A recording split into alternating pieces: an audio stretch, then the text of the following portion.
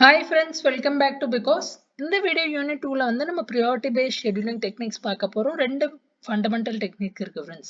Rate monotonic scheduling, earliest deadline first scheduling. So ரெண்டு ஷெடியூலிங்குமே almost நீங்கள் ஓஎஸ்ல படித்த first come first served shorter job first அதே மாதிரி தான் ஃப்ரெண்ட்ஸ். கொஞ்சம் மைனர் டிஃப்ரென்சஸ் மட்டும் இருக்கும். ஸோ யூனிட் 2ல இந்த டாப்பிக்கை பொறுத்தவரையும் நியூமரிக்கல் கேட்கறதுக்கான வாய்ப்புகள் அதிகம். ஸோ ஃபர்ஸ்ட் வந்து ரேட் மோனோட்டோனிக் ஷெடியூலிங் புரிஞ்சுக்கலாம். ஸோ இதில் பாயிண்ட் பை பாயிண்ட் போகலாம் ஃப்ரெண்ட்ஸ். ஃபர்ஸ்ட் என்ன கொடுத்துருப்பாங்கன்னா உங்ககிட்ட கொஸ்டின்ல இந்த மாதிரி set of processes along with execution time along with periods கொடுத்துருப்பாங்க. இந்த பீரியட் என்ன அப்படின்னா ஃப்ரீக்வன்சி எவ்வளோ செகண்டுக்கு இல்லை எவ்வளோ மில்லி செகண்டுக்கு ஒரு டைம் வந்து அந்த ப்ராசஸ் ரன் ஆகும்.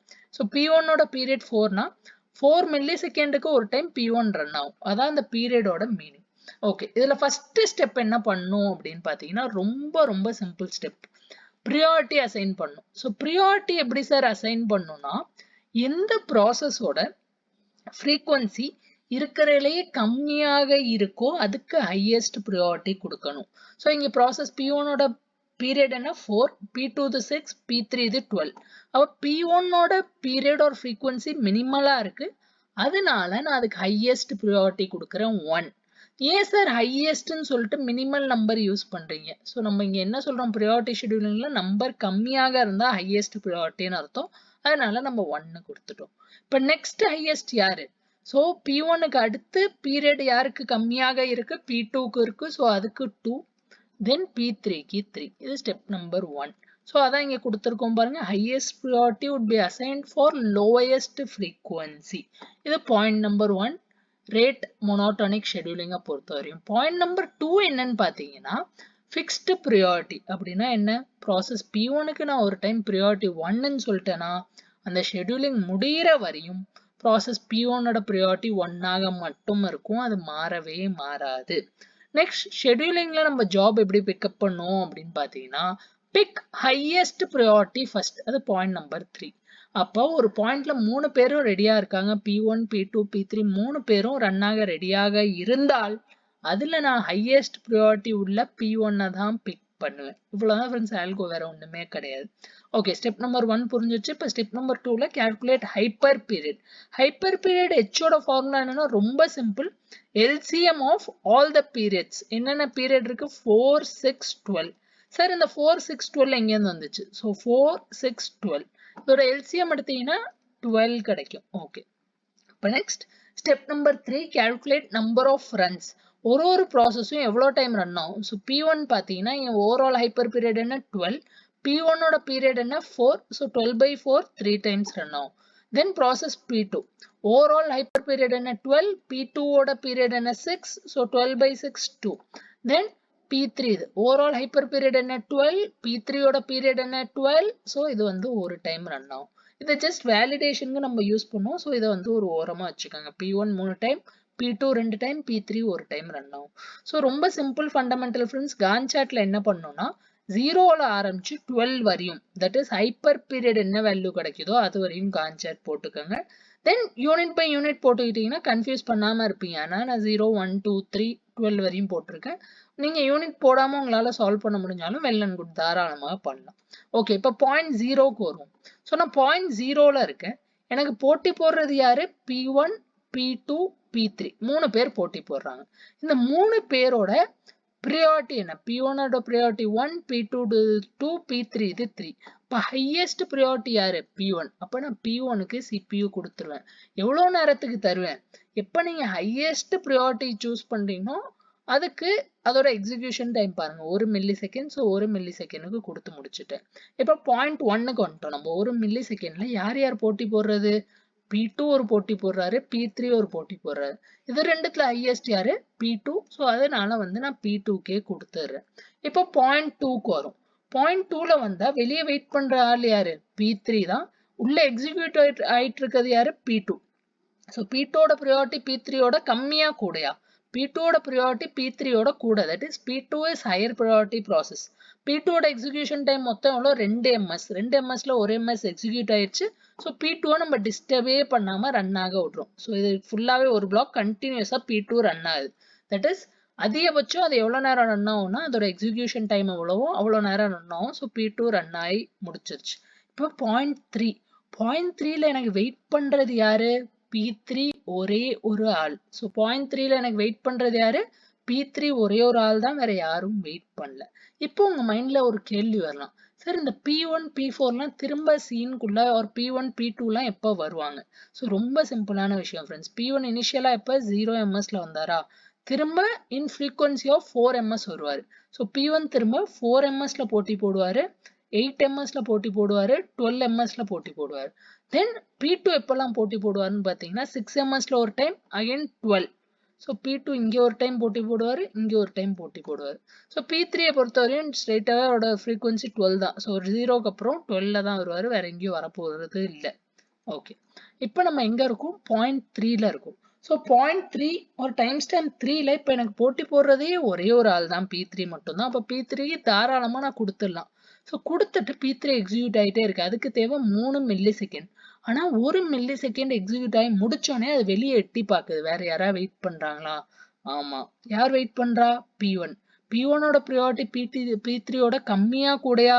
ஆப்வியஸா கம்மி. அதனால இந்த பாயிண்ட்டுக்கு அப்புறம் நம்ம என்ன பண்றோம்னா P3ய ப்ரீஎம்ப்ட் பண்றோம். தட் இஸ் அதை பாஸ் பண்ணிட்டு P1க்கு வந்து திரும்ப CPU கொடுத்துறோம். நல்லா கவனிங்க, P3 எக்ஸிக்யூட் ஆகிட்டே இருக்கு. அதுக்கு தேவை மொத்தம் 3 மில்லி செகண்ட்.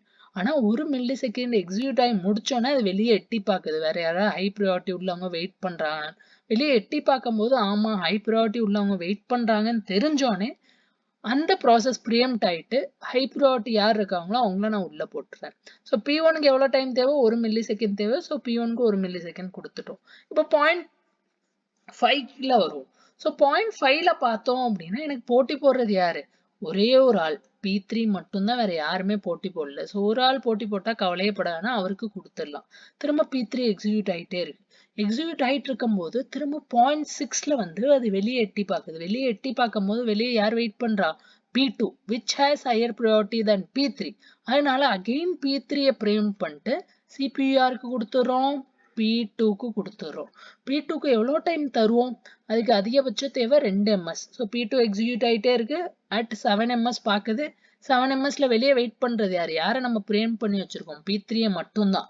ஸோ P3 வந்து P2ஓட ப்ரியாரிட்டி கம்மி. ஸோ P2 வந்து P3யை பற்றி கண்டுக்காம அது திரும்ப எக்ஸிக்யூட் ஆகிட்டே இருக்கு. ஸோ அதுக்கு தேவைப்பட்ட 2 ms கிடைச்சிருது. ஸோ இது வந்து கண்டினியூஸா ஒரு எக்ஸிக்யூஷன் முடிஞ்சிச்சு P2வை பொறுத்தவரையும். இப்போ அட் 0.8 வாங்க. அட் 0.8 வந்தால் வெளியே வெயிட் பண்றது யாரு? ஒன்னு வந்து P1, இன்னொன்னு வந்து என்னோட P3, இன்னொன்னு வந்து வேற யாரும் இல்லை. ஸோ P1 ஒன்று, P3 ஒன்று தான். ஸோ P1 P3ல ஹையர் ப்ரியாரிட்டி யாரு?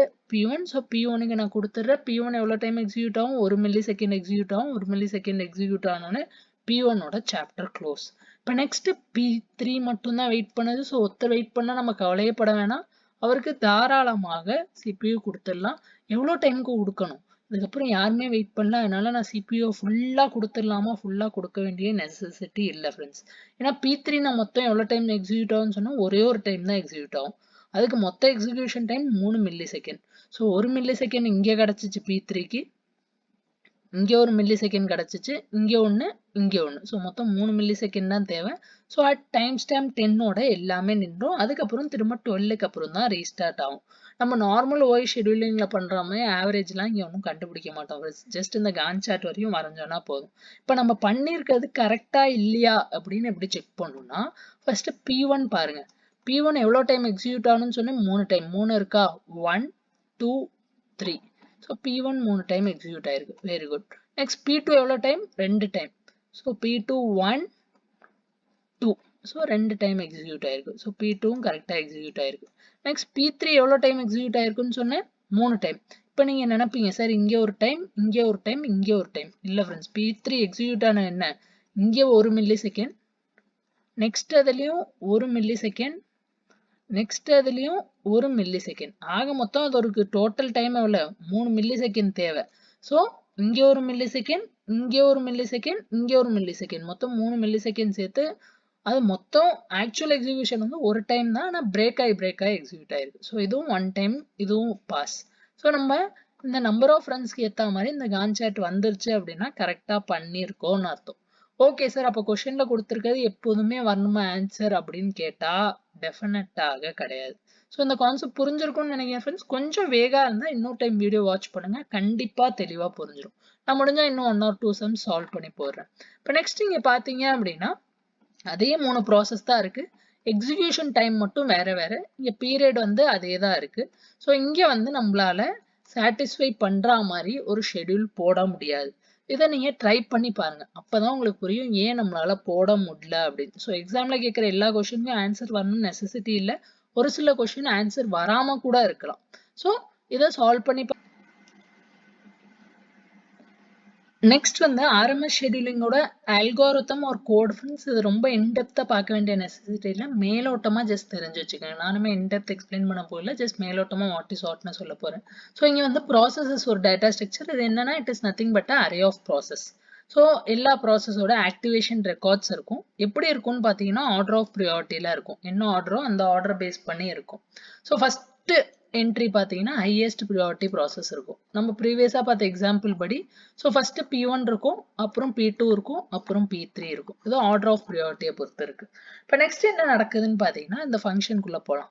ஸோ ரேட் மோனோட்டோனிக் ஷெட்யூலிங்ல என்ன நடக்கும்னு பார்த்தீங்கன்னா எந்த ப்ராசஸ் கரண்டாக எக்ஸிக்யூட் ஆகுதோ அதோட ஜஸ்ட் ஒரு நம்பர், ஒரு இன்டீஜர் வேல்யூ நம்ம இந்த ஃபங்க்ஷனுக்கு பாஸ் பண்றோம். இந்த ஃபங்க்ஷனுக்குள்ள சிம்பிளா 4 ஸ்டெப் தான் நடக்கும் ஃப்ரெண்ட்ஸ், ஒண்ணுமே இல்லை. ஸோ ஃபர்ஸ்ட் ஸ்டெப்ல நம்ம என்ன பண்ணுவோம் அப்படின்னா இந்த ப்ராசஸஸ் சொன்னேன்ல ஒரு அரே இருக்கு, அந்த அரே ஆஃப் இந்த இன்டிஜர் வேல்யூ டாட் ஸ்டேட்டை வந்து ரெடி ஸ்டேட்னு ஆக்கிடுறோம். தட் இஸ் அந்த ப்ராசஸ் வந்து ரன் ஆக ரெடியா இருக்கு அப்படிங்கிற நம்ம டினோட் பண்றோம். எல்லாம் வாட் இஸ் வாட்னு தெரிஞ்சுக்கிட்டா போதும். அதுக்கப்புறம் என்ன பண்றோம்னா for I equal to 0, I less than number of processes, if processes of I dot state equal to ready state ஆக இருந்தால் அதை வந்து எக்ஸிக்யூட்டிங்கா மாத்திரும். இவ்வளவுதான் விஷயம். ஸோ ரொம்ப போட்டு மண்டையை குழப்பிக்காதீங்க. ஃபர்ஸ்ட் என்ன பண்றோம், அதை ரெடி ஸ்டேட்டா மாத்துறோம். அதுக்கப்புறம் I equal to 0லேருந்து நம்பர் ஆஃப் ப்ராசஸஸ் வரையும் ஒரு ஐயை எடுத்து அதோட ஸ்டேட் ரெடியாக இருந்தால் அந்த ஸ்டேட்டை எக்ஸிக்யூட்டிங்கா மாத்திட்டு பிரேக் பண்ணிடுறோம் ஃப்ரெண்ட்ஸ். ஸோ இவ்வளவுதான். கோடை பொறுத்த வரையும் இது ரொம்ப டீட்டெயில்டா எழுத வேண்டிய நெசசிட்டியும் கிடையாது. வீடியோ பிடிச்சிருந்தா லைக் பண்ணிருங்க. நெக்ஸ்ட் வீடியோல பார்க்கலாம். தேங்க்ஸ்.